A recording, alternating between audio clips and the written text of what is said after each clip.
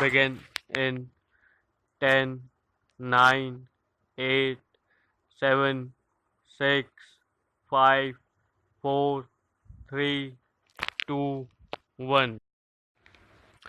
I do not know much about international law, but every person who has to dabble in public affairs inevitably comes up against it and has to take the advice of experts.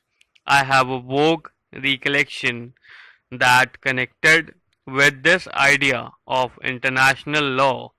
There were at various times in the history of Europe concepts like the Holy Alliance, a certain number of countries binding themselves together for various reasons against other countries or other forces which did not go along with their thinking. That, of course, is contrary to the very concept of internationalism.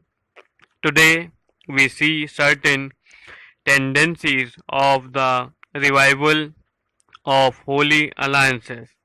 They are not called by that name, but certain groups of nations function more or less on the basis of the Holy Alliance idea.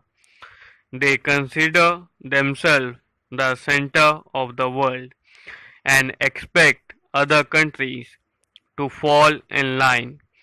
This may have some justification, but it does put these other countries in an embarrassing position. Either one joins the Holy Alliance or one is outside the pale of international law.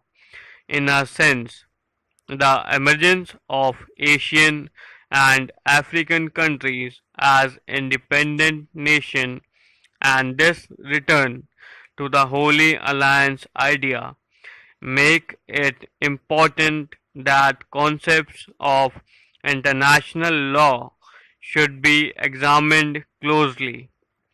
Let us take the United Nations.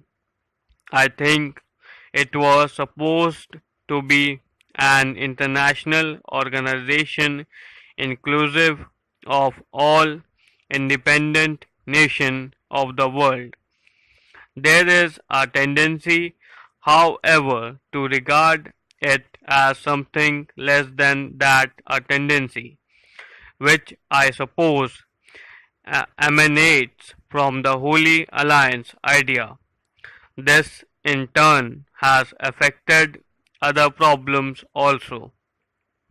Politicians and statesmen who discuss such problems are naturally influenced by their political approach, and so we do not get what might be called a scholarly objective estimate. Further, it so happens that what we generally get is the non-Asian or non-African side. I respect that side, but it is possible that the scholar of that persuasion might not bear in mind some aspects which would be obvious to Asian scholars and jurists. Therefore, it is desirable that the various aspects of international law should be considered objectively and in a scholarly manner by the eminent lawyers and jurists of Asia and Africa.